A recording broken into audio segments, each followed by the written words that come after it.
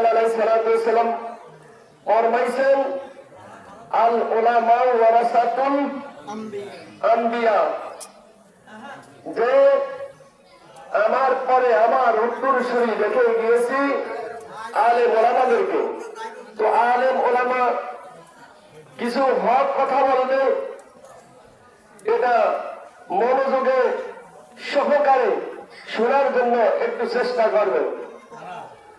আল্লাহ রাব্বুল আলামিন কোরআনে কারিমের যে আয়াতটা আমি তেলাওয়াত করেছি, এটা তাফসীর খুঁজতে গেলে এক সপ্তাহ তাফসীর করলে শেষ হবে না। আমাদের এই ক্ষুদ্র জ্ঞান থেকে সামান্য আপনাদের কাছে কিছু বয়ান করতেছি। আজকে আমরা যেখানে উপস্থিত হয়েছি, কি জন্য হয়েছি বলেন? আল্লাহর তাকওয়া বান্দা হওয়ার জন্য আমরা এখানে উপস্থিত হয়েছি, ঠিক না? এটা কার সুন্নাত? হযরত ইব্রাহিম আলাইহিস সালাতু ওয়াস সালামের সুন্নাত।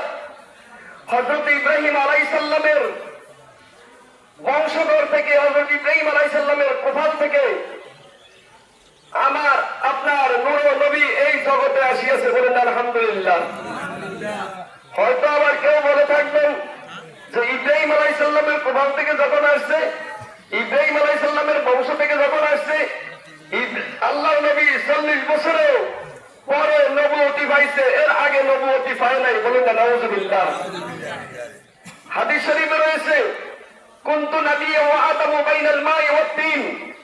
কুনতু নাবিয়্যান, আল কোরআনে কারীম বলতেছে কুনতু নাবিয়্যান বাইনাল মাই ওয়ার রূহি ওয়াল জাসাদ, যে আল্লাহ নবী হুজুর পূর্ণ সাল্লাল্লাহু তাআলা আলাইহি সাল্লাম তখনও নবী ছিলেন যখন আদম এবং হাওয়ার সাথে কি করা হয় নাই, মিশ্রিত হয় নাই, দুলার সাথে আদম এবং হাওয়া গড়াগড়ি করতেছে, তার পূর্বেও আমার নবী নবী ছিলেন, বন্যা সুবহানাল্লাহ। তো এই জন্য বলতেছি, হযরত ইব্রাহিম আলাইহিস সালামের এই সুন্নাত আমরা আজকে পালন করার জন্য এই ময়দানে উপস্থিত হয়েছি। নামাজের পরেই আমরা কি করব, এটা পরিপূর্ণভাবে আমরা আদায় করব, পালন করব, বলেন আলহামদুলিল্লাহ। তো আমরা কার জন্য করতেছি, কার মহব্বতে করতেছি? আল্লাহ রাব্বুল আলামিন। সবাই কিন্তু বলে কম। আপনারা যারা মাইকের আওয়াজ শুনতেছেন চলে আসুন। আপনারা আশেপাশে যারা আছেন